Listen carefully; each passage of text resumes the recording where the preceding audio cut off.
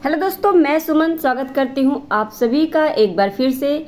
हम लगातार पेट की क्लास कर रहे हैं और प्रैक्टिस आपकी जारी है। आपकी अब जो है मैराथन ली जा रही है पेट क्लास की, ठीक है।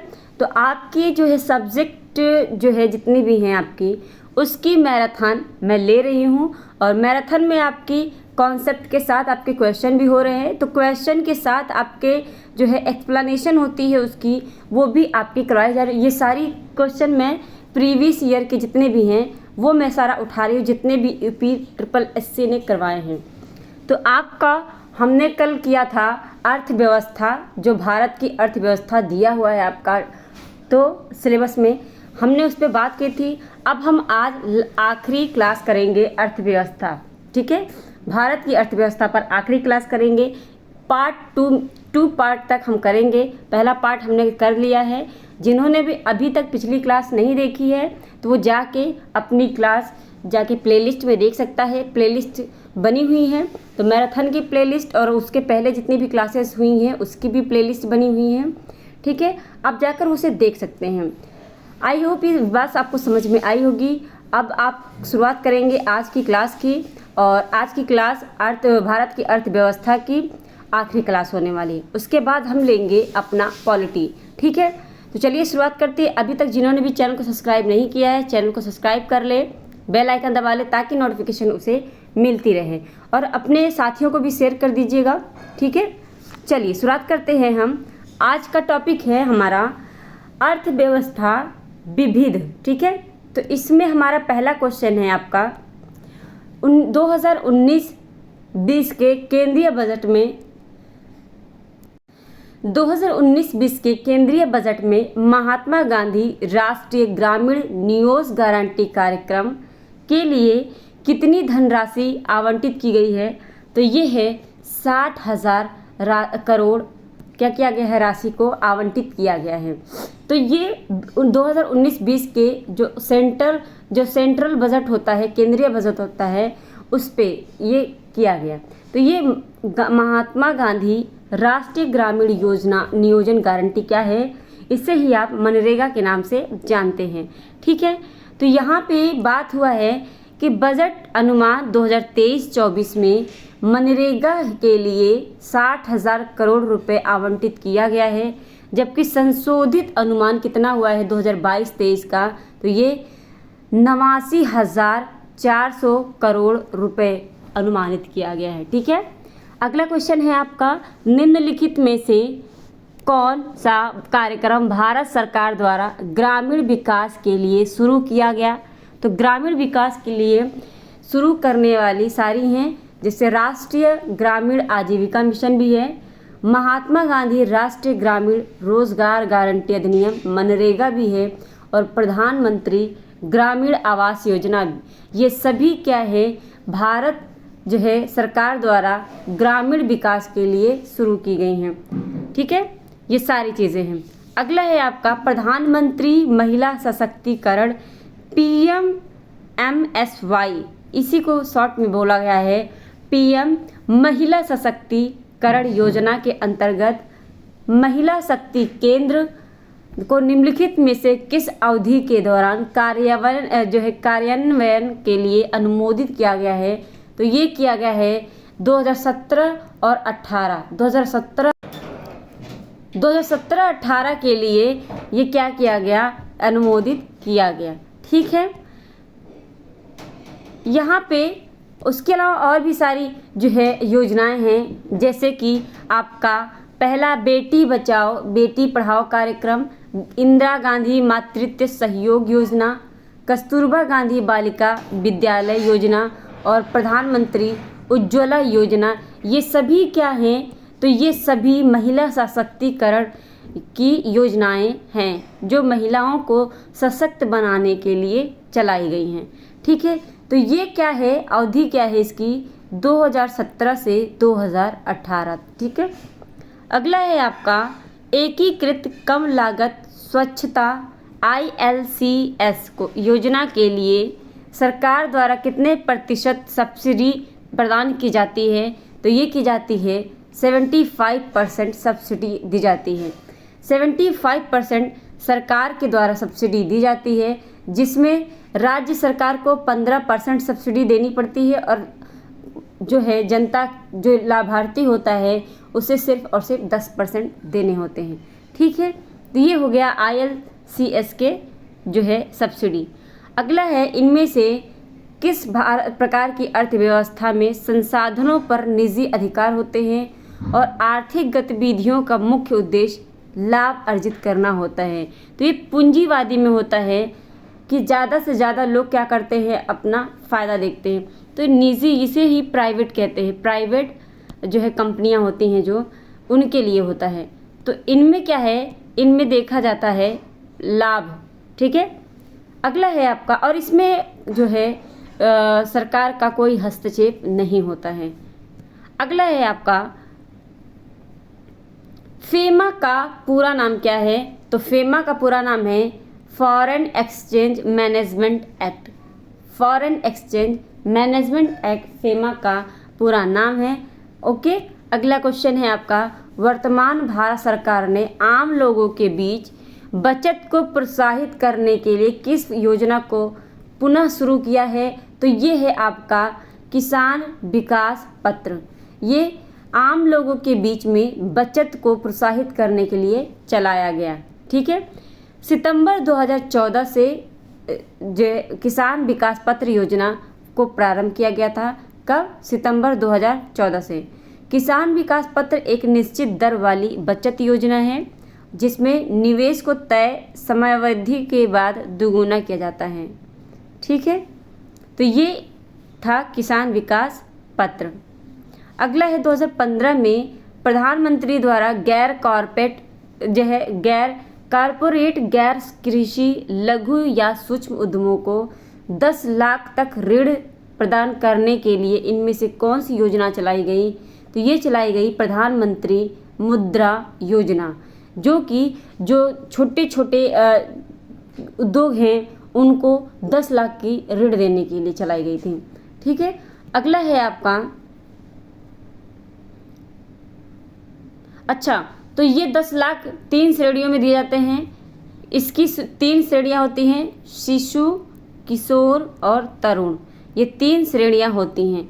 अगला क्वेश्चन है आपका, किस कार्यक्रम के तहत प्रत्येक संसद सदस्य 2019 तक 3 गांवों में भौतिक और संस्थागत बुनियादी ढांचे का विकास करने की जिम्मेदारी लेगा? तो ये लेगा सांसद आदर्श ग्राम योजना। सांसद आदर्श ग्राम योजना लेगा। ठीक है, 11 अक्टूबर ये है सांसद आदर्श ग्राम योजना की शुरुआत कब हुई थी? तो ये हुई थी 11 अक्टूबर 2014 को। इस योजना के तहत प्रत्येक सांसद को मार्च 2019 तक 3 आदर्श ग्राम विकसित करने का लक्ष्य था, जिसमें से एक को 2016 तक हासिल किया जाना था और दूसरे को 2024 तक। ऐसे ही 5 और आदर्श ग्राम, प्रति वर्ष 1 आदर्श ग्राम को विकसित किया गया। तो टोटल कितने हो गए? कुल 8 ग्राम विकसित किए गए हैं। ठीक है, अगला क्वेश्चन है, 7 मिशन कार्यक्रम का उद्देश्य लक्षित मील का पत्थर हासिल करने के लिए शहरों को निधि देना। इस कार्यक्रम में इसके अलावा सभी विकल्प कौन सी शामिल हैं? तो स्मार्ट सिटी शामिल है, अमृत या कायाकल्प और शहरी परिवर्तन के लिए अटल मिशन भी चलाया गया था, और जो है हृदय यानी HRIDAY राष्ट्रीय विरासत शहर विकास उन्नति योजना ये भी चलाई गई थी। लेकिन आपकी अंतरिक्ष साहसिक पर राष्ट्रीय मिशन नहीं चलाया गया था, तो ये इसमें शामिल नहीं है आपका। किसमें? तो ये आपके 7 मिशन कार्यक्रम उद्देश्य लक्षित मील में शामिल नहीं है। ठीक है, अंतरिक्ष साहसिक पर राष्ट्रीय मिशन ये 2018 में आया था। अगला क्वेश्चन है, दी गई जानकारी से मिशन की पहचान करें। केंद्रीय बजट 2018 में वित्त मंत्री अरुण जेटली ने जनजातीय समुदाय के बच्चों को शिक्षित करने के लिए इस योजना को चलाया था। और ये योजना क्या है? तो ये योजनाएं हैं आपकी कौन सी? तो ये योजना है आपकी एकलव्य मॉडल आवासीय स्कूल। एकलव्य मॉडल आवासीय स्कूल ये जो थी आपकी जनजातीय समुदाय के बच्चे, उनको शिक्षित करने के लिए चलाया गया था। तो एकलव्य मॉडल आवासीय योजना की शुरुआत हुई थी, तो ये हुई थी आपकी 1997 से 1998 में हुई थी। और केंद्रीय बजट 2018-19 में तत्कालीन वित्त मंत्री उस समय कौन थे? अरुण जेटली। और अरुण जेटली ने कहा था सरकार जनजातीय बच्चों को अपने स्वयं के माहौल में अच्छी गुणवत्ता जो है वाली शिक्षा प्रदान करने के लिए प्रतिबद्ध है। ये बात कहा था अरुण जेटली ने, ठीक है। तो इसमें आपका इसी को क्या कहते हैं? EMRS। अभी जल्द ही इसकी क्या है एग्ज़ाम हुई है, ठीक है। चलिए आगे देखते हैं। कायाकल्प और शहरी परिवर्तन के लिए अटल मिशन अमृत किस मंत्रालय के अधीन है? तो ये है आपका आवास और शहरी मामले के अंतर्गत आता है। अच्छा, अमृत योजना जो है कि जो फुल फॉर्म क्या है? तो अमृत योजना की फुल फॉर्म है Atal mission for rejuvenation and urban transformation. ये इसका फुल फॉर्म है। और इसकी शुरुआत कब होती है? तो ये 25 जून 2015 को इसकी क्या होती है? शुरुआत होती है। तो ये भारत सरकार के आवासन एवं शहरी कार्य मंत्रालय के अधीन है, यानी ministry of housing and urban affairs के अंतर्गत ये अमृत आता है। अगला क्वेश्चन है आपका, स्टार्टअप इंडिया योजना उन संस्थाओं पर लागू होती है जिनके पिछले वर्ष का वार्षिक कारोबार कितना होता है? तो पिछले वर्ष का वार्षिक कारोबार जो है 25 करोड़ से अधिक नहीं होना चाहिए। उन्हीं पर ये स्टार्टअप इंडिया जो है लागू होता है। तो 25 करोड़ से ज़्यादा नहीं होना चाहिए। अगला है आपका, और इसकी शुरुआत कब हुई? तो इसकी शुरुआत हुई थी जो है प्रधानमंत्री मोदी ने की थी, नरेंद्र मोदी ने। और 15 अगस्त 2015 को नई दिल्ली में लाल किले से स्टार्टअप इंडिया योजना की घोषणा की थी। और इसकी शुरुआत हुई थी 16 जनवरी 2016 से, और जिसमें किसी भी वित्तीय वर्ष में वार्षिक कारोबार 25 करोड़ रुपए से अधिक नहीं होना चाहिए। ये इसका जो है तय था, ठीक है। फिर आपका 2021 में वित्त मंत्री ने यह सीमा 25 करोड़ से बढ़ाकर कितना कर दिया? तो ये 100 करोड़ कर दिया, ठीक है। और अभी इसका प्रस्ताव रखा गया है। अगला क्वेश्चन है आपका, कृषि विपणन की आधारभूत संरचना एमी कब से प्रभावित हुई है? तो एमी प्रभावित हुई है अप्रैल 2014 से प्रभावित हुई है। कृषि विपणन की आधारभूत संरचना यह 1 अप्रैल 2014 से क्या है प्रभावित हुई है। अगला क्वेश्चन है, 2022 तक किसान की दोगुनी करने के लिए निम्नलिखित में से किस समिति का गठन किया गया था? तो ये किया गया था अशोक दलवाई समिति। अशोक दलवाई समिति चलाई गई थी किसान की आय दोगुनी करने के लिए। ये 2022 तक तय किया गया था। अगला क्वेश्चन है, भारत सरकार द्वारा ई रकम नामक एक नया प्लेटफॉर्म किस उद्देश्य के लिए शुरू किया गया है? तो ई रकम शुरू किया गया है कृषि उत्पाद बेचने के लिए, ठीक है। ई रकम कृषि उत्पाद बेचने के लिए क्या किया गया है? शुरू किया गया है। 1 अगस्त 2017 को किसानों को कृषि उत्पाद बेचने के लिए ये मंच शुरू किया गया था। अगला है आपका मृदा स्वास्थ्य कार्ड। तो मृदा स्वास्थ्य कार्ड से भारत क्या कर रहा है? भारत के किसानों को उनके खेत में मिट्टी के कितने 12 मापदंडों की जानकारी मिलेगी। इस मृदा स्वास्थ्य कार्ड के द्वारा किसानों को 12 मानदंडों की जानकारी मिलेगी उनके खेत के मिट्टी की। तो ये चलाई गई थी 19 फरवरी 2015 को भारत सरकार के द्वारा चलाई गई थी। और इसमें कौन कौन से थे? तो इसमें वो 12 मानदंड कौन कौन है? NPK, ZNFECUMNBOPH और EC और लास्ट आपका OC, इन सभी की जानकारी मिलती है मृदा स्वास्थ्य कार्ड योजना के द्वारा। अगला क्वेश्चन है, किसानों को लाभ पहुंचाने के लिए प्रधानमंत्री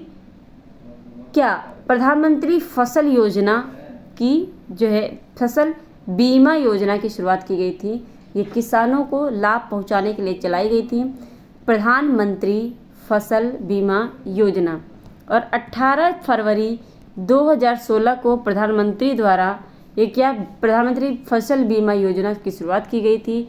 और इसके अंदर प्रीमियम क्या था, तो खरीफ फसल के लिए 2% प्रीमियम तय की गई थी और रबी फसल के लिए 1.5% प्रीमियम क्या किया गया था, भुगतान करना पड़ता था इसका। ठीक है। अगला क्वेश्चन है, भारत सरकार का लक्ष्य 2018 से 2019 में प्रधानमंत्री फसल बीमा योजना के तहत सकल फसल क्षेत्र का 50% संरक्षित किया गया है। 2018 और 19 में फसल बीमा जो है योजना, इसकी जो है क्षेत्र 50% क्या किया गया है, संरक्षित किया गया है। अगला है आपका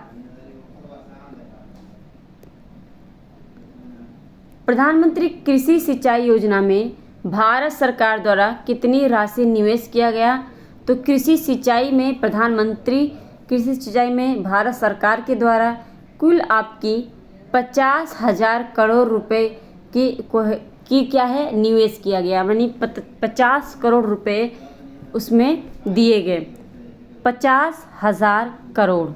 अगला है आपका किसान क्रेडिट कार्ड योजना किस वर्ष लागू की गई, तो किसान क्रेडिट कार्ड योजना 1998 से 1999 में शुरू की गई। ठीक है, 1998-1999 में किसान क्रेडिट कार्ड की शुरुआत हुई। और उस समय वित्त मंत्री कौन थे 1998 और 1999 में, तो वित्त मंत्री यशवंत सिन्हा थे। यशवंत सिन्हा के द्वारा ये चलाई गई थी। यह किसानों को व्यापारिक बैंकों, सहकारी बैंकों, क्षेत्रीय ग्रामीण बैंकों से ऋण लेने से सुविधा देता था। और इस योजना की व्यवस्था नाबार्ड के द्वारा की गई थी, यानी नाबार्ड ने इसकी व्यवस्था की थी किसान क्रेडिट कार्ड की। और ये व्यापारिक बैंक, सहकारी और क्षेत्रीय बैंक के बारे में बात करती है।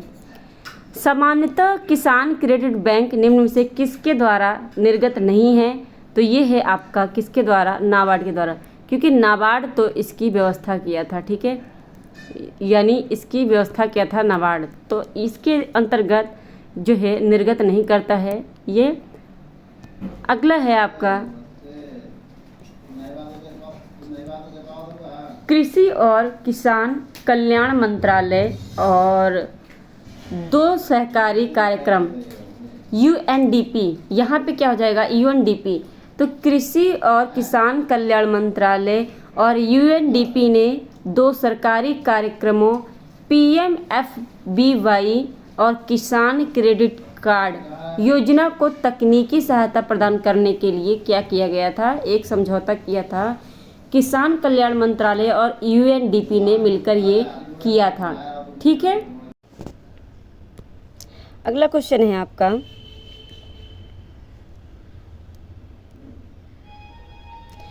निम्नलिखित किसे प्रोत्साहन देने के लिए के उद्देश्य से 1995 में मध्याह्न योजना चलाई गई थी।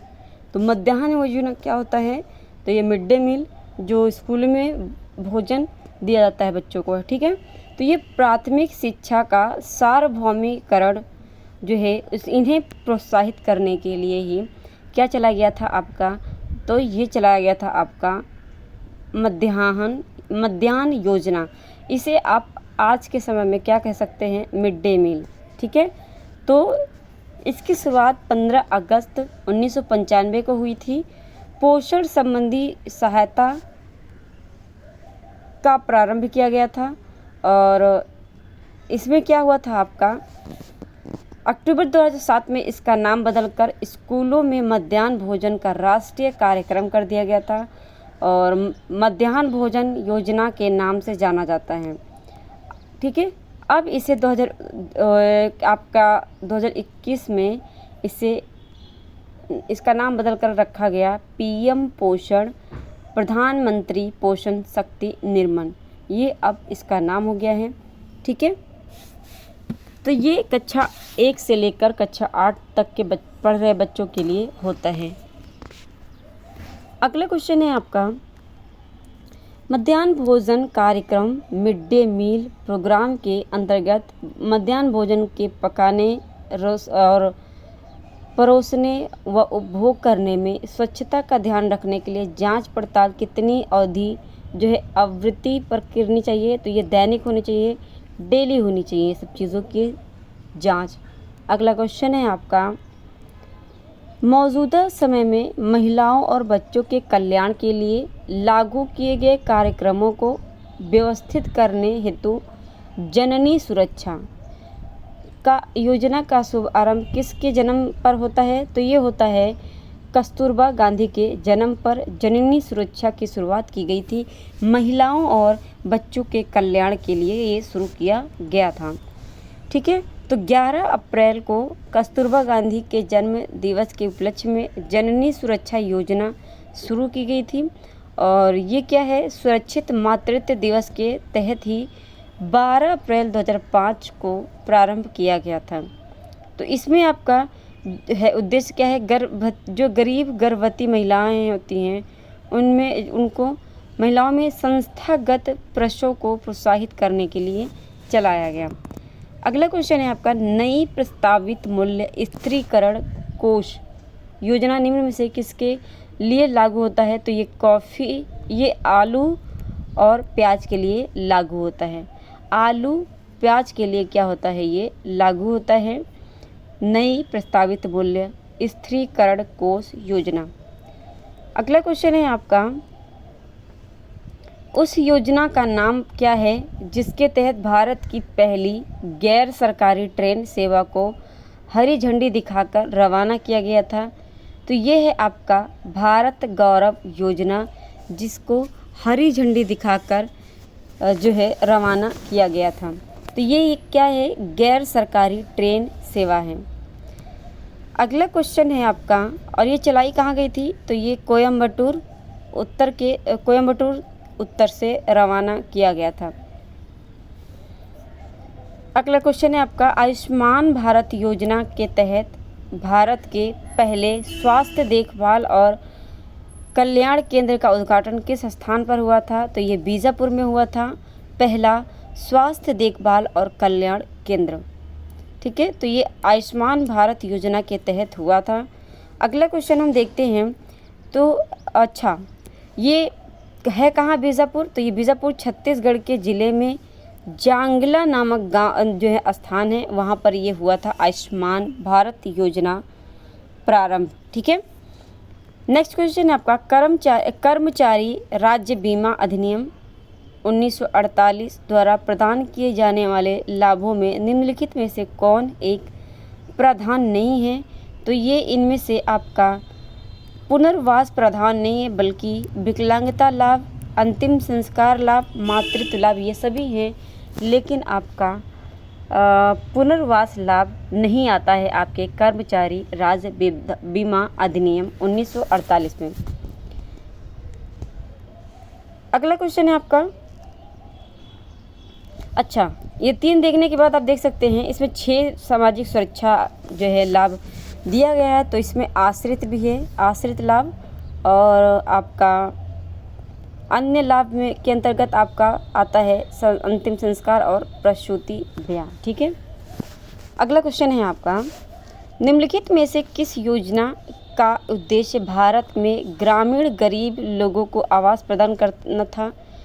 तो भारत में ग्रामीण गरीब लोगों को आवास प्रदान करना ये प्रधानमंत्री आवास योजना के तहत है। ग्रामीण प्रधानमंत्री आवास योजना, ठीक है, ध्यान रखिएगा। अगला क्वेश्चन है आपका, झुग्गी बस्ती मुक्त भारत बनाने के लिए सरकार द्वारा कौन सी योजना शुरुआत की गई थी? तो ये शुरू की गई थी राजीव आवास योजना, जो कि झुग्गी झोपड़ी होती हैं, जो झुग्गी बस्तियां होती हैं, उन्हें ख़त्म करने के लिए चलाई गई थी।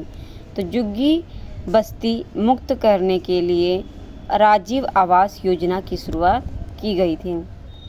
अगला है, और अच्छा ये 2 चरणों में हुआ था। पहला चरण में आपका क्या हुआ था इसमें? तो पहले चरण में 2 वर्षों के लिए तैयारी चरण शुरू की गई थी, जो जून 2013 में शुरुआत हुई थी और समाप्त हुआ था। और दूसरा चरण शुरू हुआ था, ये समाप्त हुआ था कार्यान्वयन चरण, जिसे वर्तमान केंद्र सरकार द्वारा 2013 से 22 के लिए कार्यान्वयन किया गया हेतु मंजूरी दी गई है। ठीक है। प्रधानमंत्री आवास योजना शहरी में व्याप्त कर ली गई है। अब क्या है, इसे शहरी कर दिया गया है। अब अगला है, अंबेडकर विशेष रोजगार योजना के अंतर्गत सामान्य श्रेणी लाभार्थी के लिए उपलब्ध इकाई लागत प्रतिशत एवं अधिकतम आर्थिक सहायता सब्सिडी धनराशि क्या है? तो ये है 25% 7,500 रुपये सब्सिडी है, अंबेडकर विशेष रोजगार योजना के अंतर्गत दिया जाता है। ठीक है। अगला क्वेश्चन है आपका, अंबेडकर विशेष रोजगार योजना के अंतर्गत परियोजना की इकाई लागत क्या है? तो परियोजना की इकाई लागत है 50,000 रुपये। ठीक है, 50,000 रुपये। अगला क्वेश्चन है आपका, राष्ट्रीय ग्रामीण पेयजल कार्यक्रम के अंतर्गत 2022 तक देश में हर ग्रामीण व्यक्ति को उनके घरेलू परिसरों में या उनके घरों में क्षैतिज या ऊर्ध्वाधर दिशा में 50 मीटर की दूरी से कम पर कितने लीटर प्रति व्यक्ति प्रतिदिन पेयजल उपलब्ध होना चाहिए? तो ये 70 लीटर प्रति व्यक्ति को मिलना चाहिए। ठीक है। अगला क्वेश्चन है आपका,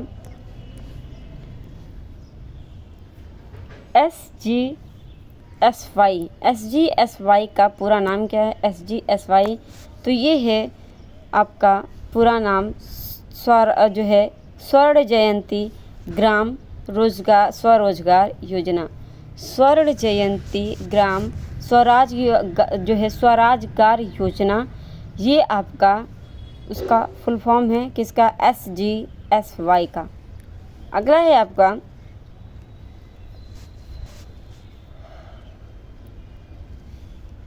शहरों के बाहर आर्थिक सुअवसर बनाने के लिए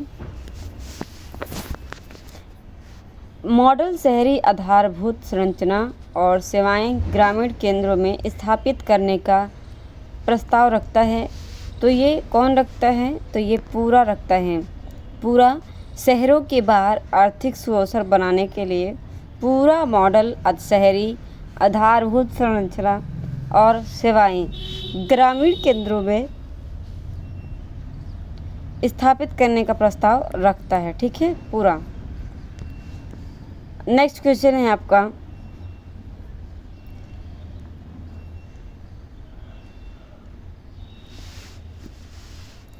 केंद्र सरकार की निम्नलिखित में से कौन सी योजना धुआं मुक्त ग्रामीण भारत की परिकल्पना करती है?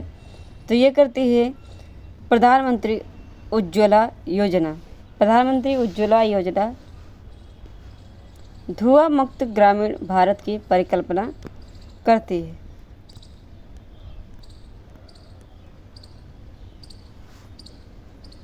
तो ये जो डिटेल्स हैं, मैं ना एक काम करूँगी, आपको PDF दे दूँगी और इस PDF के लिए मैं बना दूँगी आपके लिए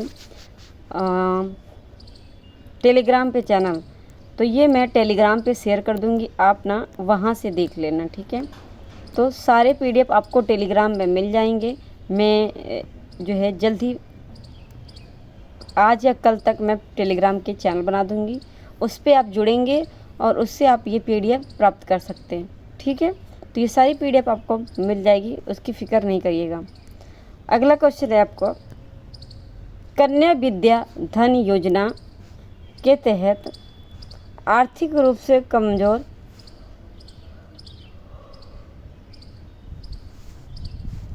कन्या विद्या धन योजना के तहत आर्थिक रूप से जो कमज़ोर परिवार की लड़कियां हैं उन्हें हाई स्कूल पास के बाद उच्च शिक्षा प्राप्त करने के लिए कितने जो है एकमुश्त राशि दी जाएगी? तो ये दिया जाएगा 30,000 एकमुश्त धन राशि दी जाएगी। ठीक है, कन्या विद्या धन योजना के तहत 30,000 दिया जाएगा। और अगला है आपका स्वच्छ भारत मिशन को निम्नलिखित में से किस मंत्रालय नोडल विभाग द्वारा नियंत्रित किया जाता है यानी कंट्रोल किया जाता है? तो ये किया जाता है पेयजल और स्वच्छ मंत्रालय के द्वारा स्वच्छ भारत मिशन को कंट्रोल यानी नियंत्रित किया जाता है। तो ये किया जाता है पेयजल स्वच्छता मंत्रालय के तहत।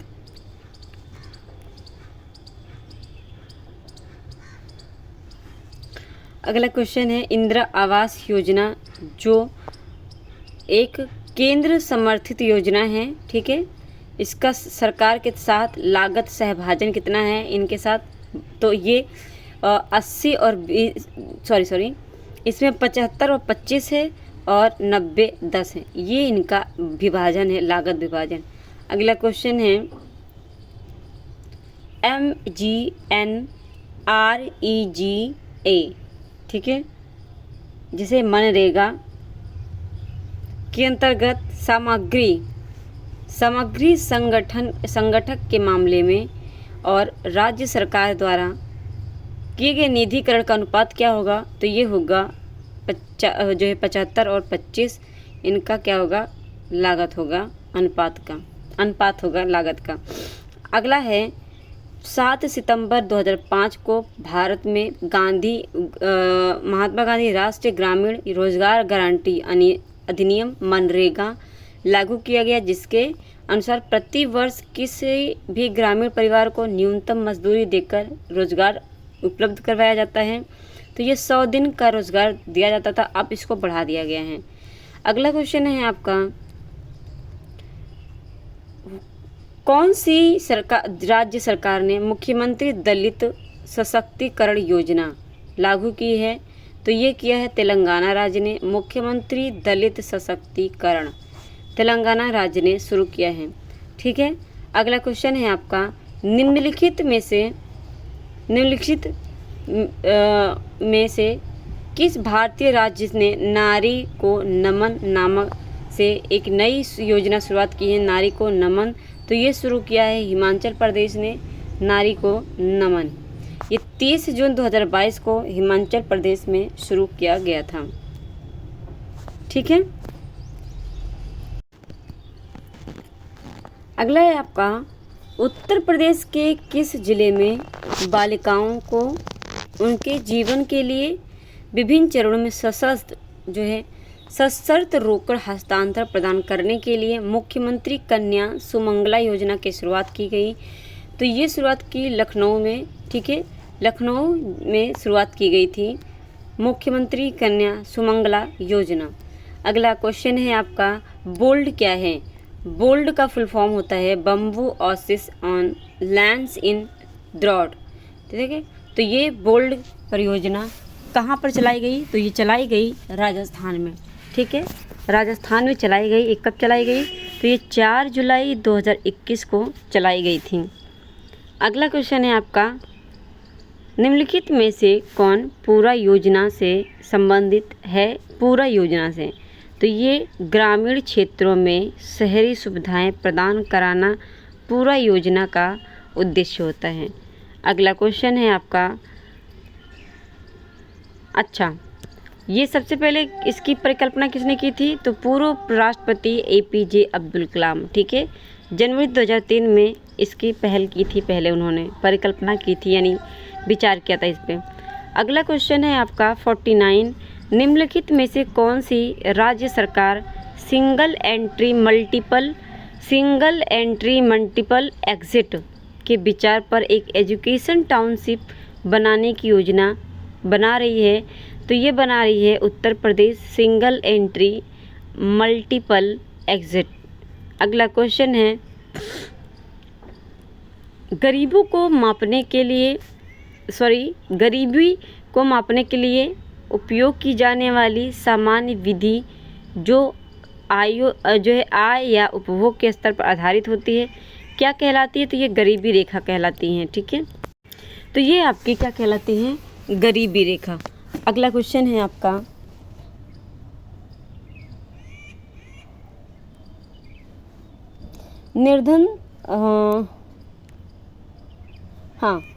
निर्धनता का दुष्चक्र की अवधारणा किससे संबंधित है? ये किसने दिया था? निर्धनता का दुष्चक्र, तो ये नर्स्के ने दिया था। किसने? नर्स्के ने दिया था। ठीक है, इनका नाम यही जाने। तो ये नर्स्के ने दिया था, रेगनर नर्स्के। तो इन्होंने जो है निर्धनता का दुष्चक्र दिया था और इनका कहना था एक देश गरीब है क्योंकि वह गरीब है। A country is poor because it is poor. ये रेगनर नक्शे की क्या थी? अवधारणा थी। ठीक है, इन्होंने ये विचार दिए थे। कौन सी समिति गरीबी रेखा को पुनर्परिभाषित करने और इसे प्राप्त करने की सूत्र की देखरेख कर रही है? तो ये है एस तेंदुलकर समिति। ठीक है, जो गरीबी रेखा को पुनर्परिभाषित करती है। अगला क्वेश्चन है आपका, हाल ही में केंद्र सरकार को प्रस्तुत की गई सी रंगराजन समिति की रिपोर्ट के अनुसार कोई व्यक्ति को जो ग्रामीण क्षेत्रों में कितने रुपए 32 रुपये से अधिक खर्च करता है उसे गरीब नहीं समझा जाता है। यानी ये जो है रिपोर्ट किसने दी अपनी? तो ये दी सी रंगराजन ने। ठीक है, तो ग्रामीण में 32 रुपये अगर खर्च होता है किसी एक व्यक्ति का तो वो गरीब नहीं माना जाएगा। और शहर में कितना? तो शहर में किया गया है 47। शहर में अगर 47 से अधिक खर्च होता है तो उसे गरीब नहीं माना जाएगा और 47 से कम खर्चा है तो उसे गरीब माना जाएगा। ठीक है, आई बात समझ में? अगला क्वेश्चन है, भारत सरकार की निम्नलिखित में से कौन सी योजना विधवाओं, बुजुर्गों, विकलांगों को पेंशन के रूप में वित्तीय सहायता प्रदान करती है? तो ये NSAP है। NSAP ये विधवाओं, बुजुर्गों और विकलांगों के लिए पेंशन दी जाती है। ठीक है, अगला क्वेश्चन है आपका, सकल राष्ट्रीय आय हमेशा निवल राष्ट्रीय आय से अधिक होती है क्योंकि इसमें सम्मिलित होती है क्या? तो इसमें सम्मिलित होती है पूंजी खपत। ये सकल राष्ट्रीय आय हमेशा निवल राष्ट्रीय आय से अधिक होती है क्योंकि इसमें पूंजी खपत होती है। ठीक है, अगला क्वेश्चन है आपका, निम्नलिखित में से किस स्थान पर 1818 में फोर्ट ग्लास्टर में हेनरी ग्रेगर द्वारा पहली भारतीय सूती मिल की स्थापना की गई? तो ये की गई कोलकाता में। पहली भारतीय सूती मिल की स्थापना की गई थी। ठीक है, 1818 में फोर्ट ग्लास्टर में। अगला क्वेश्चन है आपका, भारत में राष्ट्रीय आय का आकलन करने वाली संस्था क्या है? तो भारत में राष्ट्रीय आय का संकलन करने वाली संस्था आपका केंद्रीय सांख्यिकी संगठन ये करती थी, अब नहीं करती है।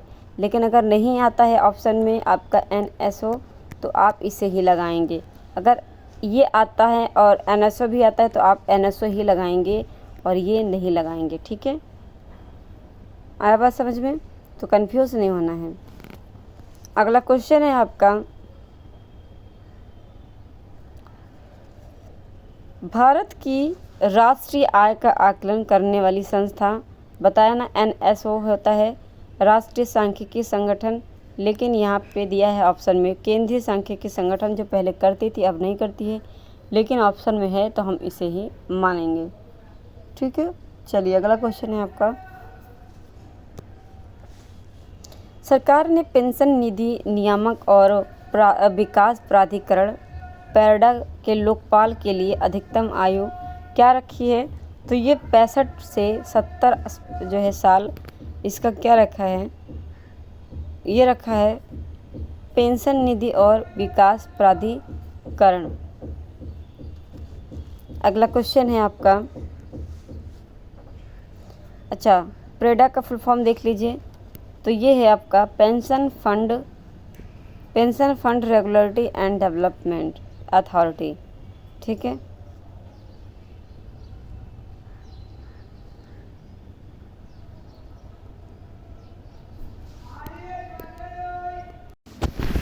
अगला क्वेश्चन है आपका, राष्ट्रीय सांख्यिकी कार्यालय ने यानी NSO ने 2022 से 2023 के लिए मौजूदा कीमतों पर अनुमानित वार्षिक प्रति व्यक्ति आय कितना कर दिया है? तो ये कर दिया है 1.75 जो है 72 लाख, यानी 1,72,000 रुपये प्रति व्यक्ति कर दिया है। ठीक है, 1,72,000। अगला क्वेश्चन है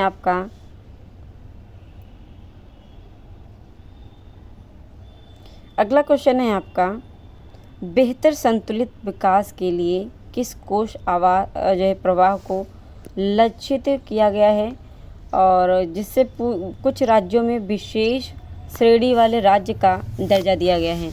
तो ये है आपका, एक तो आपका जम्मू कश्मीर हो जाएगा, दूसरा हो जाएगा उत्तराखंड, और तीसरा हो जाएगा आपका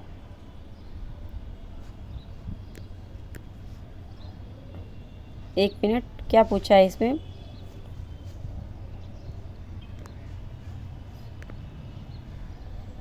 विशेष श्रेणी वाले राज्य। ठीक है, अच्छा हाँ, तो इसमें हो जाएगा आपका उत्तराखंड, जम्मू कश्मीर और आपका हिमाचल प्रदेश, ऑप्शन 2। तो ये आपका हो जाएगा ऑप्शन 2। अगला क्वेश्चन है आपका, नागालैंड और जम्मू कश्मीर को भी मिला है विशेष और जो है प्रावधान। ठीक है, ये 31 अक्टूबर 2019 को जम्मू कश्मीर और का जो है राज्य का पुनर्गठन कर क्या है 2 केंद्र शासित प्रदेशों में बांट दिया गया था। अगला क्वेश्चन है, 2014 में से 2015 की तुलना में भारत के प्रति व्यक्ति आय में वर्ष 2015 से 2016 में कितने प्रतिशत आय की वृद्धि हुई है? तो ये हुई है 4.4 जो है 7.4%। 2014 से 15 के और 15 से 16 के बीच में हुई है 7.4%। अगला क्वेश्चन है आपका, राष्ट्रीय आय को प्रायः कहा जाता है। तो राष्ट्रीय आय को क्या कहा जाता है?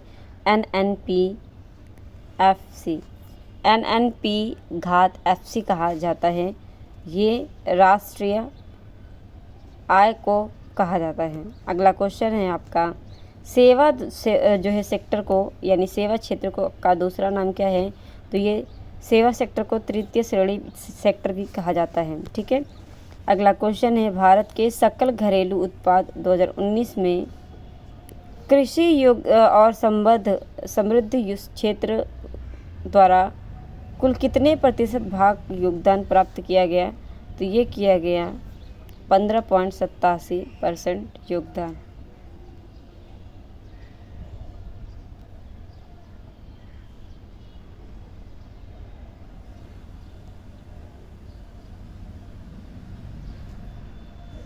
अगला क्वेश्चन है आपका, यूपी ग्रामीण जो है सड़क विकास एजेंसी UPRRDA की स्थापना कब की गई थी? तो ये की गई थी 2003 में। यूपी ग्रामीण सड़क विकास एजेंसी की स्थापना UPRRDA 2003 में की गई थी। 15 नवंबर 2003 को यह अस्तित्व में आया था। निम्नलिखित में से कौन सा जो है आधारित संरचना कारक इंफ्रास्ट्रक्चर फैक्टर्स कृषि विकास से संबंधित नहीं है। तो ये खनन कृषि विकास से संबंधित नहीं है। सड़कों की उपलब्धता, सिंचाई और बीमा, ये क्या है, कृषि से संबंधित है। ठीक है, ये कृषि से क्या है, संबंधित है। अगला क्वेश्चन है आपका, कृषि निर्यात निधि 2028 जो है 2028 का लक्ष्य वर्ष 2022 तक भारत के कृषि निर्यात को $डॉलर तक बढ़ाना था। तो ये 60 बिलियन से अधिक $डॉलर तक बढ़ाना था। कृषि निर्यात नीति 2018 का लक्ष्य था ये कि 2022 तक जो है कृषि निर्यात का जो पैसा है जो वो $डॉलर के उसमें रूप में बढ़ाना, 60 बिलियन से अधिक बढ़ाना था। ठीक है, अगला क्वेश्चन है आपका, 2019-20 में विपणन के लिए गेहूं का न्यूनतम समर्थन मूल्य, यानी जिसे आप MSP कहते हैं, न्यूनतम समर्थन मूल्य कितना होना चाहिए? तो ये 1840 रुपये, यानी 1840 रुपये प्रति क्विंटल इसका MSP होगा गेहूं का। अगला क्वेश्चन है आपका, भारत सरकार के न्यूनतम समर्थन मूल्य के अंतर्गत कितनी फसलें शामिल की जाती हैं? तो भारत सरकार के न्यूनतम समर्थन मूल्य के अंतर्गत आपकी 24 फसलें शामिल की जाती हैं न्यूनतम समर्थन मूल्य यानी MSP पर। ठीक है, MSP मूल्य पर। ठीक है, MSP पर आपका कितना, ये ना मेरे से क्या ही होता है, मैं ही क्या जानूँ।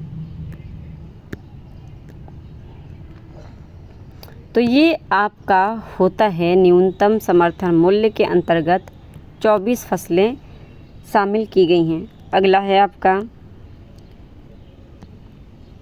विशेष कृषि क्षेत्र स्थापित करने वाला पहला भारत का राज्य कौन है जो विशेष कृषि स्थापित करने वाला बना है? तो ये उत्तराखंड राज्य है।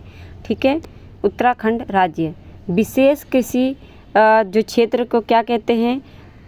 तो इसे स्पेशल एग्री जो है जोन भी, एग्रीकल्चर जोन भी कहते हैं। विशेष कृषि को, इसी को साज के नाम से जाना जाता है। 2011 में उत्तराखंड के द्वारा ये स्थापित हुआ था। भारत का पहला राज्य बना था उत्तराखंड।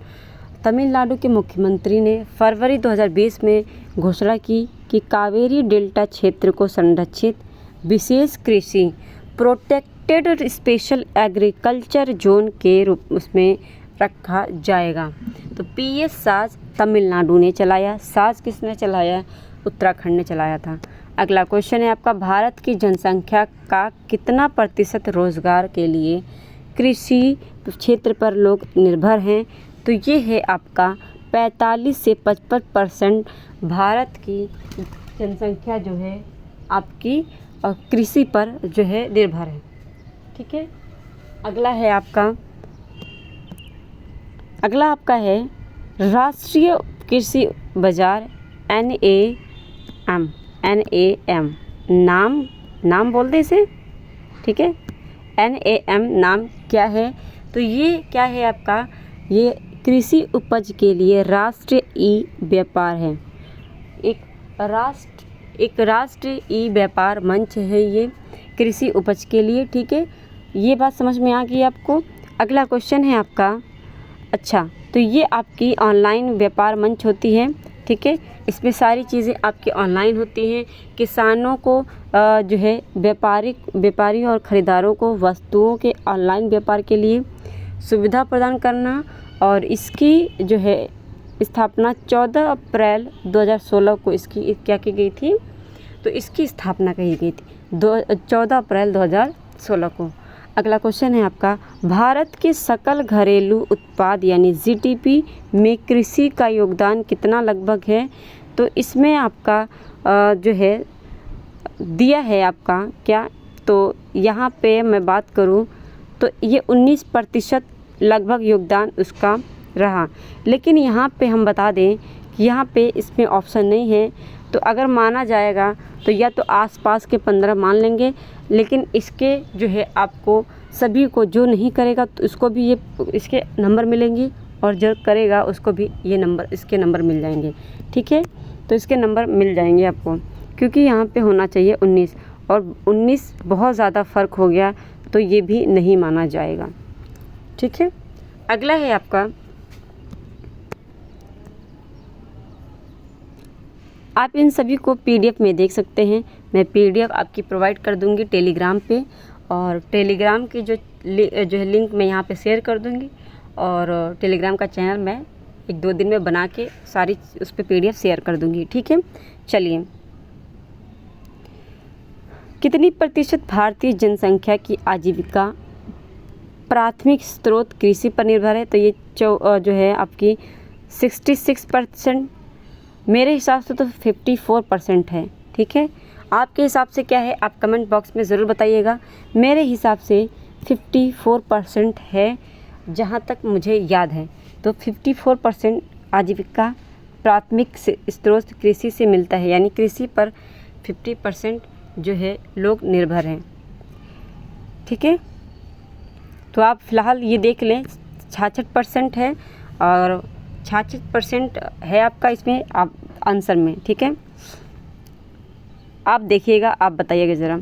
ठीक है, अगला क्वेश्चन है आपका, 1965 में निम्नलिखित में से किस कृषि उपज के लिए न्यूनतम समर्थन मूल्य MSP पहली बार घोषित की गई थी? तो ये की गई थी धान के लिए न्यूनतम समर्थन मूल्य MSP शुरू की गई थी धान के लिए पहली बार।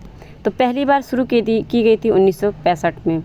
ठीक है, और ये शुरू किया था MSP के लिए गठित CACP कृषि लागत मूल्य आयोग, जिसे CACP कहते हैं। कृषि लागत मूल्य आयोग के अध्यक्ष कौन थे उस समय? तो ये प्रोफेसर ML दंतवाला थे। प्रोफेसर ML दंतवाला थे।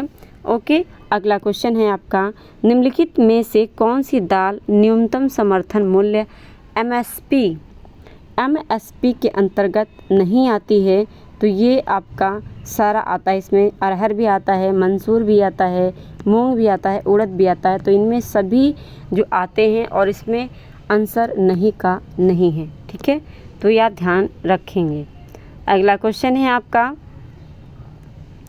निम्नलिखित में से कौन सी उपज न्यूनतम समर्थन मूल्य MSP के अंतर्गत नहीं आती है? तो ये MSP के अंतर्गत कौन सा जो है उपज नहीं आता है? तो ये तंबाकू और सब्जी फल, ये नहीं आता है। MSP के अंतर्गत आपका आता है कोपरा और पटसन, जिसे आप जूट कहते हैं। ठीक है, जिसे आप जूट कहते हैं।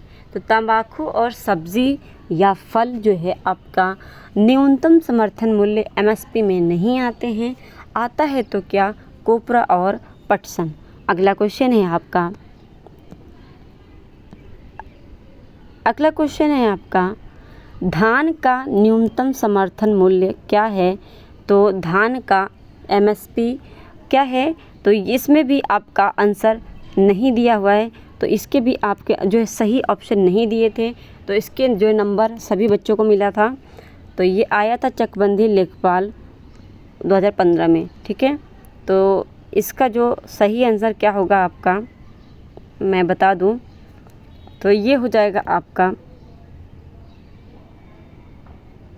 2183 रुपये, यानी 2183 रुपये आपका। और धान ग्रेड A के लिए इसमें दिया गया क्या? तो ये मूल्य दिया गया इसमें आपका 2203 रुपये प्रति कुंटल की मंजूरी दी गई।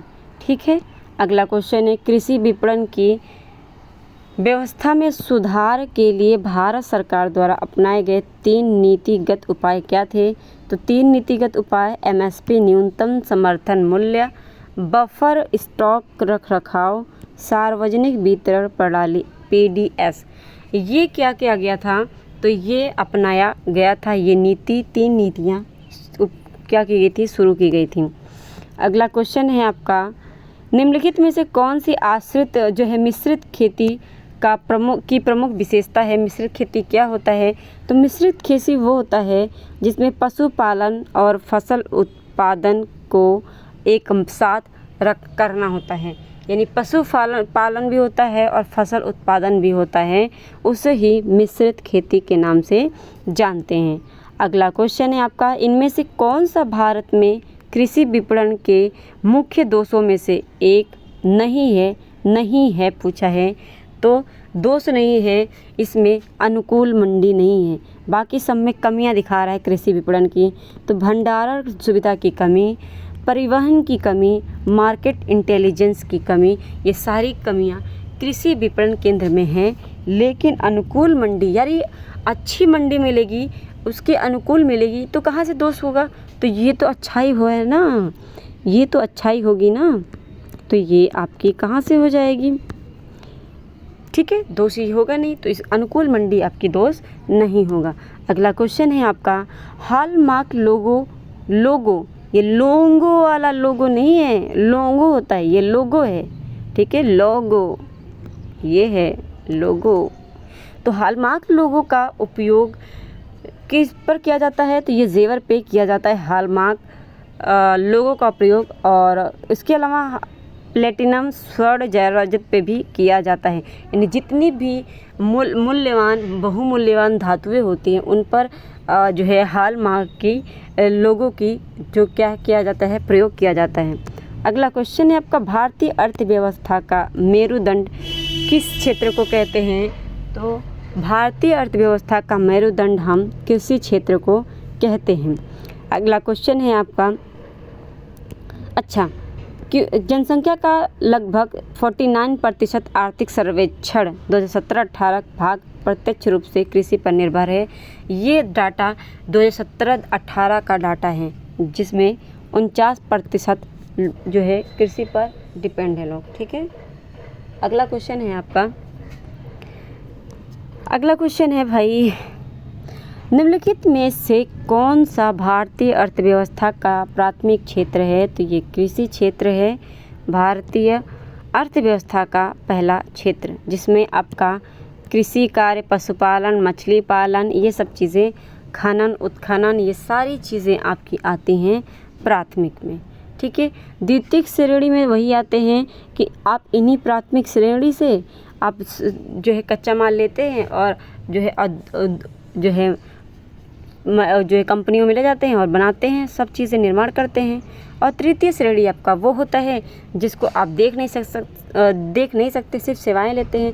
जैसे मैं आपको पढ़ा रही हूँ तो आपको मैं सेवा दे रही हूँ, ठीक है। आप किसी होटल में जाके रुके, आप वहाँ का सेवा ले रहे हैं, ठीक है। ये सब चीज़ें क्या हैं? सेवाएं हैं। टेम्पो, बस में आना जाना, ये सारी चीज़ें सेवाएं प्रदान होती हैं, ठीक है। तो ये तृतीय श्रेणी में आती हैं। अगला क्वेश्चन है आपका, 2014 से 2015 में भारत का कुल खाद्यान्न उत्पादन कितना था? तो ये था 257 मिलियन टन। 2014-15 में भारत का कुल खाद्यान्न उत्पादन 257 यानी 257 मिलियन टन था। अगला क्वेश्चन है आपका, वर्ष 2017-18 के दौरान भारत में खाद्यान्न उत्पादन की अनुमानित मात्रा कितनी है? तो ये अनुमानित मात्रा 2017-18 के दौरान भारत में खाद्यान्न उत्पादन की अनुमानित मात्रा कितनी है? आप बताइए भाई। 27 करोड़ 95 लाख 10,000 टन, ये अनुमानित मात्रा है 2017-18 के दौरान भारत में खाद्यान्न की। तो 27 करोड़ 95 लाख 10,000 टन। अगला क्वेश्चन है आपका, अगला क्वेश्चन है, कराधान कानून संशोधन अधिनियम 2017 ने स्वच्छ ऊर्जा उपकर को प्रतिस्थापित किया है। किसे? तो ये दिया है जीएसटी प्रतिपूर्ति उपकर को। जीएसटी प्रतिपूर्ति उपकर को कराधान कानून संशोधन अधिनियम 2017 ने जीएसटी प्रतिपूर्ति उपकर से स्वच्छ ऊर्जा उपकर को प्रतिस्थापित किया है। अगला क्वेश्चन है आपका, कोई भी कंपनी एक सरकारी कंपनी है यदि उसमें कम से कम कितना 51%, अगर 51% सरकार का उसमें जो है हस्तक्षेप है, यानी सरकार का उसमें क्या है, निवेश है, तो ये क्या हो जाएगा, पूंजी सरकार के अधिकार में होती है फिर, ठीक है, तो फिर वो सरकार के जो है अधिकार में हो जाती है। अगला क्वेश्चन है आपका, लास्ट और अगला क्वेश्चन है आपका 90। संयुक्त राज्य अमेरिका दुनिया का सबसे बड़ा डीजीपी जो है जीडीपी सकल घरेलू उत्पाद वाला देश है। कौन सा देश है वैश्विक जीडीपी रैंक के दूसरे स्थान पर है? तो ये है चीन दूसरे स्थान पर, और पहले स्थान पर कौन है? संयुक्त राज्य अमेरिका दुनिया का सबसे बड़ा जीडीपी में है ये, ठीक है, और दूसरा चीन हो जाएगा। हमारा जो भारत है ये आपका चौथे नंबर पे आता है। तो ये थे हमारे 90 क्वेश्चन आपके जो है डिटेल के साथ, कॉन्सेप्ट के साथ। आई होप आज की जो क्लास है आपको अच्छी लगी होगी, और ये क्लास आपकी दो पार्ट में ये मैराथन हुई है आपकी भारतीय अर्थशास्त्र की और जो है अर्थव्यवस्था की। तो भारतीय अर्थव्यवस्था की जितने भी क्वेश्चन बने थे, जितने भी प्रीवियस ईयर थे, मैंने सारे करवा दिए आपके। अब यहाँ से जो है आपको डरने की ज़रूरत नहीं है इकनॉमी में, ठीक है, यहाँ से आपको डरने की ज़रूरत नहीं है। और इसके बाद हम कल बात करेंगे, कल की जो मैराथन होगी आपकी तो वो पॉलिटी पे होगी, और आप सभी जो है क्लास से जुड़ेंगे, सभी को देखना होगा क्लास, और ज़्यादा से ज़्यादा लोगों को शेयर करके जोड़ेंगे, ठीक है। तो क्लास आपको आज की कैसी लगी कमेंट करके ज़रूर बताएंगे, क्योंकि आप लोग कमेंट नहीं करते हैं, सब्सक्राइब भी नहीं करते, ना शेयर करते हैं। क्या बात है भाई, मैं क्या नहीं सही कर पा रही हूँ? अगर कोई कमी है तो आप बता सकते हैं कमेंट करके, लेकिन कमेंट तो करिए, कम से कम पता तो चले कि हाँ कहाँ पे मैं कमी कर रही हूँ और क्या मुझे जो है अभी इम्प्रूव करना चाहिए। आप जब बताएंगे तभी हो पाएगा, ठीक है। तो ये सारी चीज़ें आपको बतानी होंगी, और आपको सब्सक्राइब भी करना होगा। और कल के लिए आप तैयार रहिएगा, कल आपकी पॉलिटी की करवाई जाएगी, ठीक है। तो चलिए आप फटाफट चैनल को सब्सक्राइब कर दीजिए, बेल आइकन दबा लीजिए, ताकि नोटिफिकेशन आपको क्लास की बहुत जल्दी मिल जाए, ठीक है। और सबको शेयर कर दीजिए, सब्सक्राइब भी करवा दीजिए। आज के लिए बस इतना ही, धन्यवाद।